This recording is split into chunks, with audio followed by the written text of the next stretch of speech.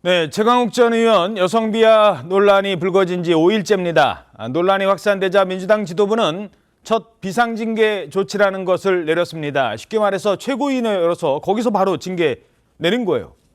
그런데도 논란이 쉽게 가라앉지 않고 있는 이유 왜일까요? 자, 그 이유 하나씩 짚어보도록 하겠습니다. 자, 먼저 논란의 당사자. 지금 당사자는 사과를 안 해요. 아예 모습을 드러내지 않고 있습니다. 기자들 연락도 안 닿습니까? 예, 맞습니다. 기자들이 계속 논란이 불거진 이후에 연락을 하고 있는데 안 닿는데요. 이 황운하 의원이 주관하는 토론회에 참석을 하기로 했었는데 그 당시에 이제 모습을 드러내지 않았고요. 예. 오늘로 예정돼 있는 무소속 윤미향 의원의 북콘서트 사회도 맡기로 공지까지 했는데 예. 이 역시 결국은 취소가 됐습니다. 어허. 말씀드린 대로 기자들과의 접촉도 일절 피하고 있는 걸로 지금 알려지고 있고요. 어제 사실은 이 국회 앞에서 최 전 의원이랑 그 야권의 뭐 인사를 봤다 이런 목격담이 좀 들리기도 했었습니다만 민주당 의원들이나 민주당 지도부와 접촉했는지 여부에 대해서는 지도부 쪽에선 사실이 아니다 이렇게 부인하고 있는 상황인 만큼 현재까지도 두문불출하고 있는 모습입니다. 예.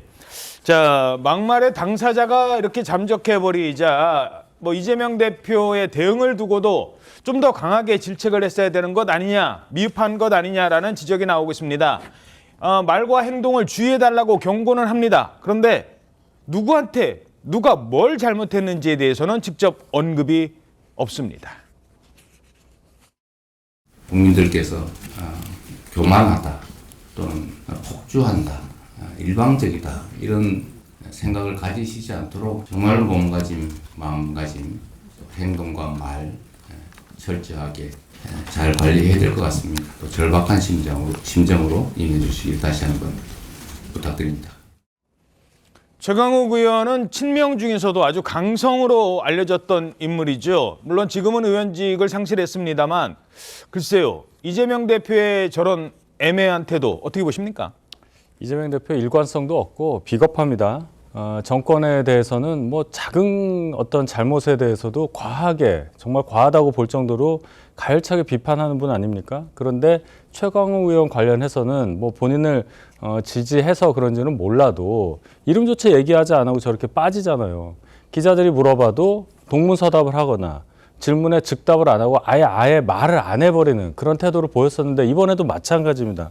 국민께서 듣고 싶어하는 것은 최강욱 의원이라는 주체를 명시를 하고 무슨 잘못을 했고 그래서 당에서는 어떻게 한다. 이 얘기 그렇게 어려운 얘기가 아닐 텐데 며칠 시간을 끄는 것도 그렇고 아직까지도 정확하게 얘기를 안 하는 걸 보면 아직도 이재명 대표는 최강욱 전 의원이 뭘 잘못했는지 정확히 느끼지 못하고 있고 설령 느낀다 하더라도 개딸들을 의식해서 전혀 징계를 더 과하게 하거나 뭔가 추가적으로 입장 표명할 의사가 없다. 이렇게밖에는 판단이 안 됩니다.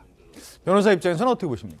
그냥 뭐 당연히 너무 잘못된 것인데도 불구하고 저렇게 미온적 태도를 보이는 거에 대해서는 비판을 하지 않을 수 없을 것 같아요. 왜냐하면 이게 뭐 박원순 시장 때부터 2차 가해 여성 혐오 논란이 있었고 그때도 미온적인 대처로 인해 가지고 그 고질적인 병폐가 해결이 안 된다라는 얘기가 있었는데 지금도 이거를 끊어내려는 제대로 된 조치가 있다고 볼 수 없거든요. 사실 당원권 정지 6개월이라는 건 이미 피선거권을 박탈한 분에 대해서는 아무런 제약이 없는 거예요. 지금 저분 다 토크 콘서트 뭐 이런 데 다 참여하시면서 민주당원으로서 행동하셨잖아요. 예. 피선거권 박탈된 이후에도. 그러니까 제약이 전혀 없는 상태에서 지금 이거는 아무런 뭐 부담이 가지 않는 내용이거든요. 뭐 예를 들자면은 자기 잘못으로 파산한 사람이 빚이 100억이나 100억 500이나 무슨 차이가 있어요. 아무 제재가 되지 않는 거에 대해서도 민주당 차원에서 이 정도면 됐다라고 하는 거는 그냥 국민을 바라보면서 해야 되는 마땅히 해야 되는 역할에 대해서는 그냥 외면하고 나한테 도움되는 사람인지 아닌지에만 좀 귀 기울이는 거 아닌가. 지금 이게 진영이 너무 나뉘다 보니까 모 의원이 뭐 음주운전했다, 뭐 성범죄 저질렀다, 기사가 일단 익명으로 나오면은 진영에서는 이거 어느 당인지 확인하고 댓글 다는 그런 상황까지 벌어졌거든요. 근데 당 내에서는 친명이냐 비명이냐 가지고서 지금 비판 수위도 조절하고 징계도 나오고 이런 식으로 지금 볼 법한 내용들이 굉장히 많아요. 왜냐하면 홍익표 원내대표 같은 경우에 지금 지역구를 서초로 옮겼잖아요. 예. 이분은 중도층의 이 표를 구애를 해야 되는 입장이니까 이거에 대해서 좀 상식적인 발언을 해요. 어허. 전재수 의원 같은 경우에도 내가 지역구 힘들게 도는데 한마디로 말아먹냐 이렇게 상식적인 발언을 해요. 예. 근데 친명이거나 아니면은 이제 공천만 받으면 좀 쉽게 당선되는 곳이거나 뭐 철험해거나 이러면 또 그냥 이거에 대해서 마저도 뭐 그다지 잘못이다 이런 태도예요. 그러니까 아, 내가 어디에 서 있느냐에 따라. 그렇죠. 그러니까 내 진영에서 기대 가지고 내가 쉽게 정치할 수 있는지 없는지 가지고서 상식마저도 좌우된다. 이게 지금 상식과 벗어나고 있음에도 불구하고 민주당이 이거에 대해서 기준을 못 세우고 있는 거 결국은 거슬러 올라가서 이재명 대표의 책임이다. 이렇게 볼 수밖에 없습니다. 예. 자, 그렇다면 민주연구원에 있는 분은 어떤 생각일까요? 야, 이 징계가요, 과한 것 아닙니까? 라는 주장까지 나오고 있습니다. 저는 굉장히 유감인데요. 조중동 프레임에 갇혀서 민주당은 매번 이렇게 세게 우리 스스로 자기 검열을 하게 만드는지 이 사건 이후로 계속해서 자기 검열을 하게 될 겁니다. 당에서도 이걸 왜 이렇게 확대 재생산하는지 모르겠습니다. 일단 질문 드리기 전에 짧게요. 이게 조중동 프레임입니까? 아니 저것도 그러니까 너무 기가 막힌 거죠. 국민적 공분이 일어가지고 이건 그냥 상식이다라는 거는 다툼의 여지가 없는데 네. 프레임이라는 얘기 정치권에서는 너무 쉽게 쓰는 것 같아요. 개념도 모르고 누가 이거에 대해서 거대한 흐름이 있고 맥락이 있고 이게 아니라 그냥 딱 들었을 때 부적절하잖아요. 이거는 누군가가 뭐 살인범죄 저질렀다 뭐 이런 식으로 그냥 딱 와닿는 얘기인데 프레임까지 하고 누가 얘기하는지까지 찾아가면서 이걸 언급을 해야 되나 과연 저거는 상식과 벗어난 얘기라고 생각됩니다. 이게요, 사실 지난번에 강서에서 구청장 선거 이긴 뒤에 기세가 올랐다가 지금 이제 수도권이나 이런 쪽에 있는 민주당에 있는 분들도 마찬가지일 거예요. 이게 여성을 비하하거든요. 유권자의 절반을 비하한 아주 큰 문제입니다. 그러면 지역에서 정치하신 분들은 이거 현실적으로 어떻게 느끼십니까? 참 많이 난감하죠. 예, 오늘 아침에 지금 제 이름이 계속 금명되고 있는데 저 상식의 기준에서 보더라도 예. 예, 이거는 정말로 바람직하지 않다 이렇게 생각합니다. 무엇이 옳고 무엇이 그르냐 이거를 기준으로 판단을 해야 되는데 자기 편이냐 아니냐 이거를 기준에 놓고 지금 하고 있다. 예, 저런 자세가 과연 무엇에 도움이 될 것인가. 지금 저런 강성 지지자들을 의식해가지고 자꾸 저런 발언을 하시고 또 미온적인 태도를 취하는 것 아니겠습니까? 그런데 저는 물론 저도 이제 공천을 뭐 앞두고 이제 눈치를 봐야 될 그런 입장이 있을 수도 있지만 잘못된 것은 분명히 잘못됐다고 이야기할 수 있는 그런 용기는 있어야 된다고 생각을 하고요. 지금 저희들이 절체절명의 과제는 총선 승리인데 저런 미온적인 태도, 자기 잘못을 솔직하게 인정하지 않는 저런 태도를 가지고 우리가 과연 총선에 승리할 수 있을까? 저는 매우 우려스럽습니다. 예. 자, 이 논란에 기름을 붓고 있는 일이 또 있습니다. 요 며칠 최강욱 전 의원의 암컷 발언에 야당 여성 의원들이 일제히 침묵했다는 비판 기사가 있었죠. 여성 의원들, 민주당 의원들의 채팅방에서 설전이 막 벌어졌었어요. 이게 잘한 거냐 아닌 거냐. 조중동 프레임 이거 사실 여기서 처음 나온 거 아니에요. 그때 민영배 의원이 처음 제기했던 겁니다. 이게 다 조중동 프레임이다. 그래서 뭐 입장문도 거의 등 떠밀리듯 나왔었습니다. 그랬는데 현명하다. 이 여성들이 현명하다고 말한 사람이 있습니다. 누굴까요? 조선일보 8면 보시겠습니다. 자, 암컷 침묵 야당 여성위원회 홍익표 원내대표가 당을 위한 현명한 처신이다. 지금 여성 의원들까지 민주당 내부에서 들고 나왔으면 야, 이거 문제가 더 컸을 것 같아요. 지금 이런 얘기인 것 같아요. 전형적인 80년대 운동권 논리죠. 40년도 더 된 얘기입니다. 그때는 엄혹한 시절이었다고 저도 봐요. 그래서 학생 운동을 하는 분들이 절대적 약자였죠.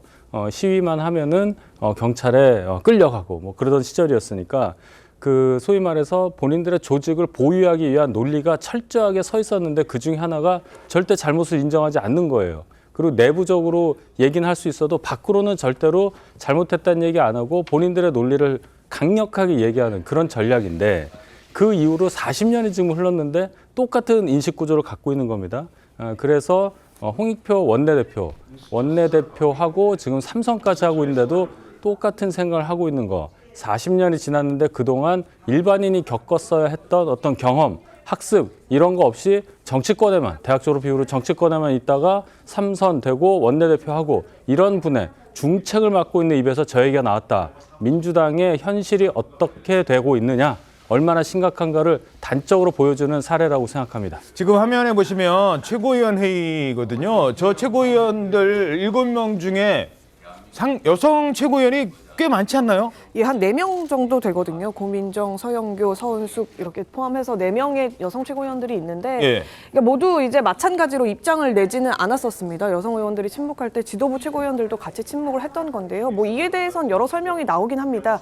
일단 여성위원장이죠. 그러니까 민주당 여성위원장이 이재정 의원인데 여성위원장이 지도부에 먼저 이 논란이 불거지자마자 지도부가 앞장서서 입장을 먼저 좀 표명을 해달라 이런 요청을 했다고 합니다. 아, 여성위가 내기 전에 지도부가 좀 먼저 해주세요. 예, 그래서 이 지도부 소속 여성 최고위원들은 그 건의에 대해서 그 요청에 대해서 결정을 내려야 하는 입장이기 때문에 지도부의 일원으로서 개별적으로 먼저 입장을 낼 수는 없었다. 이런 지금 해명을 하고 있거든요. 아, 지도부가 전체 입장에 나와야 돼서 개인적으로 저렇게 혼자 얘기하는 최고위원 회의 때마다 마이크 주거든요. 발언권 있는데 그때는 얘기 못한다. 예, 각자 개별 발언이 있었지만 그런 모종의 이제 물밑 대화들이 있었기 때문에 그 절차를 지키느라고 얘기를 하지 못했다 이런 설명을 하는데요.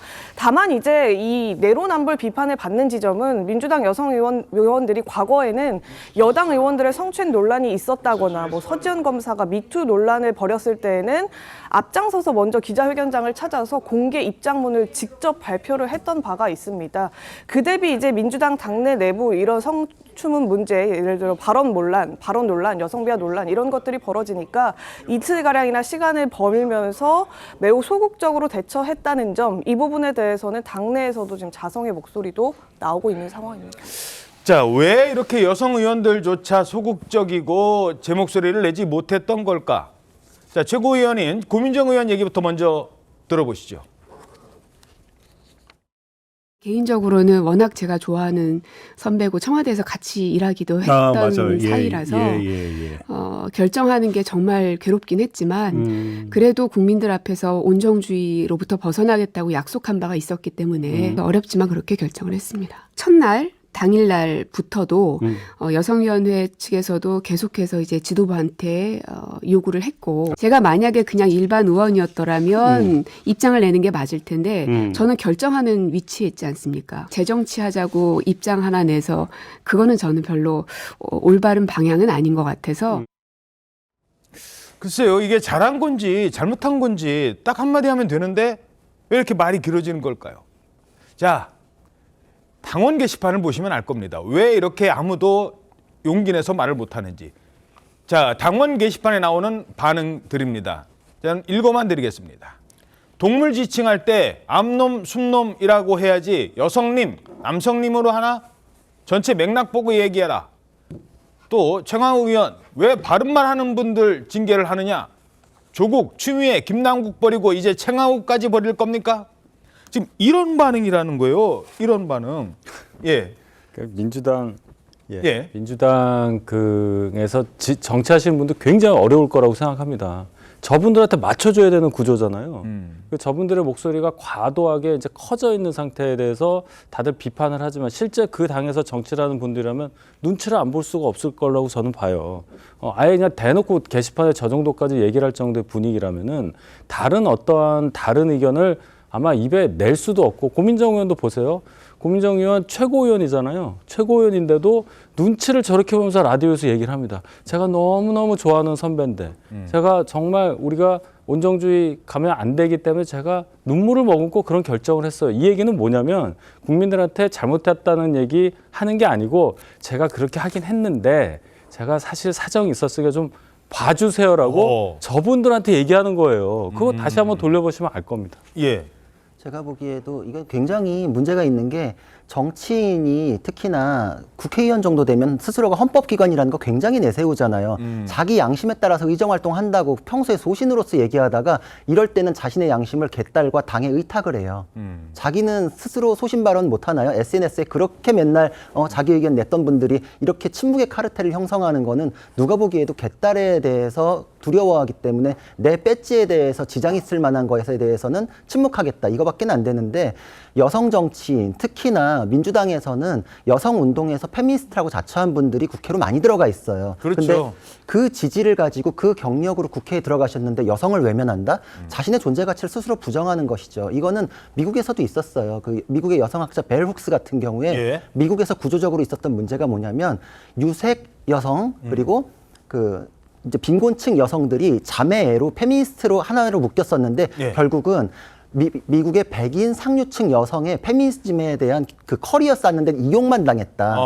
그 사람들은 페미니스트 운동을 했기 때문에 커리어를 쌓아가지고 별로 정치적으로 성공을 했지만 본인들은 그렇죠. 거기에 그냥 불쏘시개 역할만 해주고 우린 그럼 결국 이용당했고 권력의 맛을 본 그 사람들은 결국 자신의 권력을 유지하기 위해서 나중에 여성에 대해서도 외면했는데 그 구조가 지금 똑같이 보이고 있는 거예요. 내 배지에 대해서 중요하니까 지금 남인순 의원이나 이런 자기 페미니스트라고 주장했던 분들 지금 정치권 들어가니까 박원순 사태 때 피해 호소인 이러면서 2차 가해하고 박원순 사태에 대해서는 정보를 오히려 빼돌려가지고 박원순 시장한테 전달했다는 의혹도 받았는데 해명 못하고 기자들이 물어보니까 도망 다니고 지금 페미니즘 입에 올렸던 분들이 할 수 있는 행동인가요? 근데 이게 지금 또 반복되고 있어요. 예. 저분들은 여성을 앞으로 입에 올리면서 정치하시면 안 될 것 같습니다. 자, 뭐 여성도 여성이지만 이 강성 지지층 실제로 저 위상식 청장님도 무슨 얘기할 때 강성 지지층 신경 쓰이십니까? 쓰입니다. 아까 남영희 우리 민주연구원 부원장이 자기 검열이라는 이야기를 했는데 정치인이라면 자기 원칙과 소신, 양심을 그리낌 없이 이야기할 수 있어야 되고 그것이 야당의 가장 큰 소명일지인데 지금 저희들이 이제 뭐 저는 개인적으로 윤석열 정부의 실정을 비판할 때는 거침없이 합니다. 그렇죠. 그런데 예. 오히려 내부 지지층, 강성 지지층을 향해서는 굉장히 그걸 의식한다 이 말이죠. 저는 이게 과연 옳으냐 이렇게 뭐 질문하지 않을 수 없고 물론 이제 강성 팬덤, 강성 지지층이 생긴 거에는 이제 원인이 있죠. 원인이 있고 왜냐하면 정부 여당 윤석열 정권의 실정이 워낙 크다 보니까 거기에 대한 분노도 따라서 비례해서 커지고 그러다 보니까 굉장히 격렬한 에너지를 이제 가지게 된 것이죠. 그 에너지를 잘 활용을 해야 되는데 아시다시피 이제 군중심리라는 일종의 군중심리 비슷한 것 아니겠습니까? 근데 이게 워낙 충동적이고 감성적이고 즉흥적이다 보니까 이게 이제 어떨 때는 굉장한 부작용을 낳을 수 있는데 저는 당 지도부에서 조금 어떻게 가이드를 하고 해서 좋은 방향으로 물꼬를 틀 수 있도록 해줘야 되는데 예. 당 지도부에서 조금 더 적극적인 의사표명을 해야 된다고 생각합니다. 예. 자, 그런가 하면 그런 질문을 하는 기자들에게 오히려 아니 이런 질문 왜 자꾸 하는데 나한테 지금 이런 반응 보인 분도 있습니다. 민영배 의원 함께 보시죠. 네, 최강욱 의원님에 대해서 이재명 대표께서 비상징계 내리셨는데요. 잘 모르겠어요. 요 뭐 의원님에 대해서도 징계가 필요하다는 주장도 외곽에서 있는데요. 좀 어떻게 보실까요? 근데 그래도 암컷 논란 관련해서 한 말씀 해주십시오. 옆에서 그래도 같이 웃으면서 박수치고 동조했다는 의견에 대해서 좀 어떻게 생각하시는지 궁금합니다. 들을 말씀이 없으니까 가세요. 이번에 대해서 사과하실 생각 있으실까요? 기자가 그때 북콘서트에서 그렇게 했었거든요. 저 얘기 나왔을 때 암컷 얘기했을 때 내가 암컷들 비하하려고 한 게 아니에요. 이 암컷들 비하하려고 한 게 아니에요라는 말이 더 사실은 논란이거든요. 그 암컷은 바로 여성입니다. 여성을 일반화. 내가 여성 비하하려고 한 게 아니에요라고 말하는 게 아니라 내가 암컷 비하하려고 한 게 아니에요. 이 부분이 더 근데 그때 옆에서 박수를 치고 같이 웃었거든요. 그 왜 그랬어요라고 물어봤는데 지금 어떤 반응을 보인 거예요? 지금 화면 보신 게 그제의 모습인데요. 논란이 아주 불거진 직후에는 저렇게 언론인들의 질문을 피하면서 자리를 피했는데 어제는 이제 작정한 듯이 이제 민 의원이 다시 입장을 냈습니다. 그 얘기인즉슨 동물농장 안에서는 그 말이 문제가 안 된다 이렇게 얘기를 하면서 어허. 이 발언을 한 직후가 아니라 며칠 뒤에 이 논란이 불거지게 된 것은 본인과 김용민 의원을 공격하기 위한 것이다 이런 말까지 했거든요. 그렇게 심각한 문제였으면 그 자리 직후에서 난리가 났을 텐데 당시에는 그런 일이 전혀 없었다 이런 설명입니다. 그러면서 또 심하게는 정부의 행정 전산망 문제를 덮는 이 일이 도움이 된 셈이다 이런 말까지 보탰는데요. 이 앞서서 민 의원은 보수 언론의 프레임에 발맞출 일 있냐 이렇게 얘기를 하기도 했었는데 이번에는 정부를 향한 음모론을 꺼내든 겁니다. 그러면서 본인은 최 전 의원 발언을 옹호하지 않았다 이렇게 얘기를 했고요. 동조를 한 의혹에 대해서 당시 상황 그 발언에 대해서 동조를 했다 이런 문제로 당 지도부가 조치를 취해야 된다 이런 여론도 나오고 있는데 현재까지 지도부에서는 그에 대한 입장은 내지 않고 있습니다. 지금 나오고 있는데요. 자, 최강욱 말을 뭐 잘했다고 옹호할 사람 누가 있습니까? 심각한 문제였으면 그 자리에서 난리를 누군가 했을 텐데 자, 그런데 이게 결국은 나랑 김용민 의원을 공격하려고 하는 것 아닙니까? 본인 북콘서트에서 있었던 일이다 보니까 지금 이렇게 얘기를 하는 것 같은데 글쎄요. 지난번에 뭐 탈당 논란부터 시작해서 끊임없이 지금 그 얘기들이 나오고 있는데 어떻게 보십니까? 그냥 저분은 원래 저러신 분인가 싶어요. 그때 꼼수 탈당 때도 민주당 의원님들께서도 저분이 복당하는 거에 대해서 꾸정물 튀기는 거 뒤집어 쓰는 느낌이다라고 할 정도로 굉장한 반감을 표했을 정도로 잘못된 행동을 했었는데 본인은 탈당의 정치 이러면서 막 책도 내고 전혀 부끄러워하지 않거든요.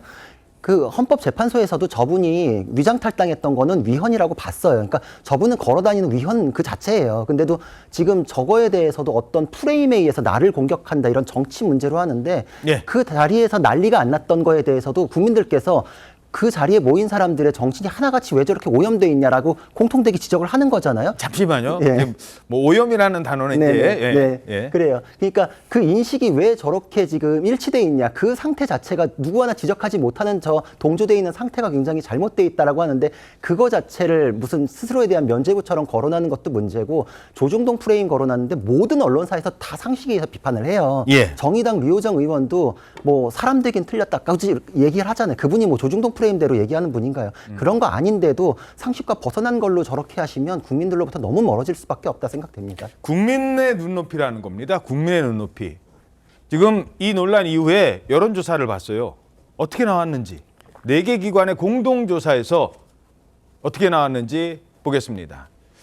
물론 뭐 최근에 국민의힘의 뭐 원희룡 장관 얘기, 한동훈 장관 얘기 뭐 효과도 있을지는 모르겠습니다만 민주당은 빠지고 있어요. 지금 총선 앞두고 많은 뭐 혁신 얘기하고 있고 우리는 이렇게 고치겠습니다. 우리는 이렇게 고치겠습니다라고 하는데 물론 7%포인트라는 게 뭐 오차범위 안에 있고 큰 의미가 없을 수도 있다라고 주장하는 분도 있겠습니다만 추세는 벌어진다는 거예요.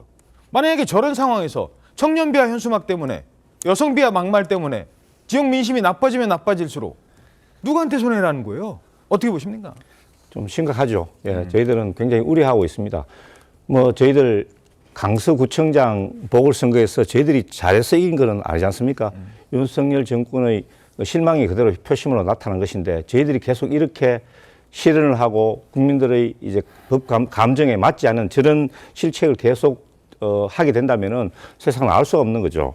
지금 어쨌든 외견상으로는 국민의힘은 뭐 혁신위를 꾸려가지고 중진 험지 출마 또 거기다가 이준석 그다음에 한동훈, 원희룡 이런 분들이 등장하면서 차례로 이슈를 생산해가 만들어내고 있는데 저희 민주당 쪽은 굉장히 조용하거든요. 홍익표 원내대표께서 뭐 조용하다고 해서 아무것도 안 하는 것이 아니다. 물밑에서 어떤 일이 일어나고 있다. 그렇게 말씀했지만은 국민들은 일단 외형적으로 드러나는 것을 중시하기 때문에 저는 심각한 모습이라고 보고 앞으로 계속 겸손하게 통합하면서 혁신을 계속해야 된다. 이렇게 생각합니다.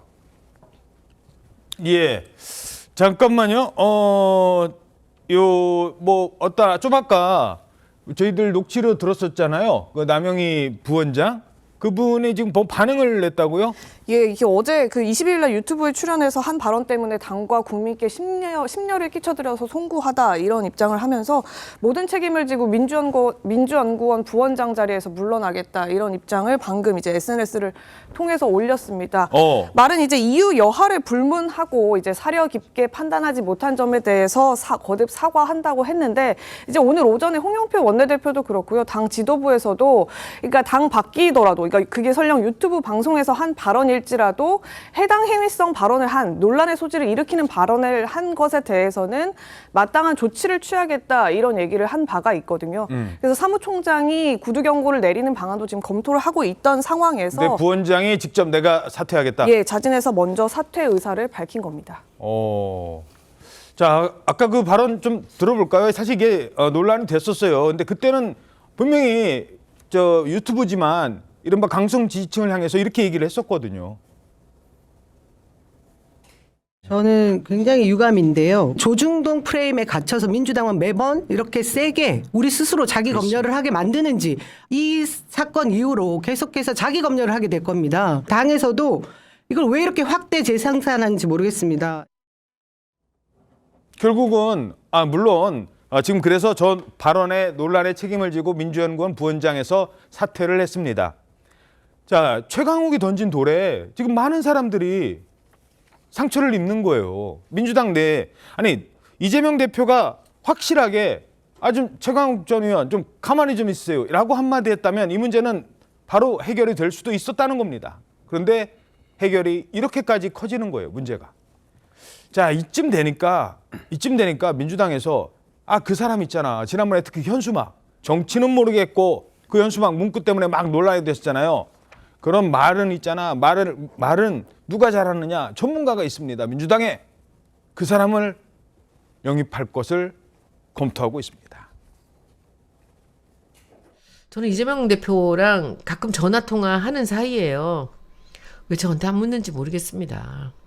이런 일이 나올 때 왜 저한테 한 번쯤 의견을 묻지 않을까요? 진짜 잘 모르겠으면 홀드해놨다가 우리가 상의 좀 하고 나중에 알려줄게요 라고 하고 홀드하고 저한테 한번 물어보면 제가 몰래 알려드릴 수 있어요. 그러니까 홀드라는 게 뭐냐면 저 문구 나가기, 정치는 모르겠고 저 문구 나가기 전에 나한테 물어봤으면 내가 얘기해 줄 수 있다니까. 이게 좋은 건지 나쁜 건지 어떻게 바꿔야 되는 건지. 손혜원 전 의원 지난번에도 말씀드렸습니다만 더불어민주당, 더민주 글귀, 카피 이 전문가입니다. 그분이 만든 거기도 하고요. 자, 그런데 문제는 손혜원 전 의원이 됐었고 목포에 지금 출마 얘기도 나오고 있고 열심히 정치를 하시려고는 한다고 합니다만 어찌됐든 과연 이 상황에서 손혜원 구원투수가 효과를 발휘할까? 어떻게 보십니까? 저분 굉장히 자유로운 분이죠. 지금 말씀하신 거 들어보면은 브랜드 네이밍은 잘 하시는 분이에요. 당명도 더불어민주당 저분이 한 거 맞고 우리가 잘 아는 여러 제품들의 이름을 많이 만든 분이긴 한데 그 브랜드 네이밍하고 정치 캠페인 영역에서의 능력하고 연관성이 얼마나 있을까 싶습니다. 더군다나 지난번에 김남국 의원 사태 있을 때 저분이 유튜브에 나가서 이런 얘기를 했죠. 내가 김남국을 꼭 다시 국회로 보내겠다. 내가 김남국과 함께 당을 만들어서 내가 밀겠다. 이런 인식을 갖고 있는 분이란 말이에요. 김남국 의원 이제 민주당 사람 아니고 밖에 있는 사람인데 손혜원 의원은 그 이후로도 민주당을 굉장히 비판을 했었어요. 왜 김남국 의원 제명하려고 하냐 이러면서. 그러던 분이 민주당에 들어가서 민주당을 도와주려고 한다? 그럼 민주당이 정말 도움이 될까요? 저는 그렇게 보지 않는데 손혜원 의원 스스로 본인이 안 들어가서 민주당이 저렇게 되고 있다 생각하신다면 저희로서는 말릴 생각은 없습니다.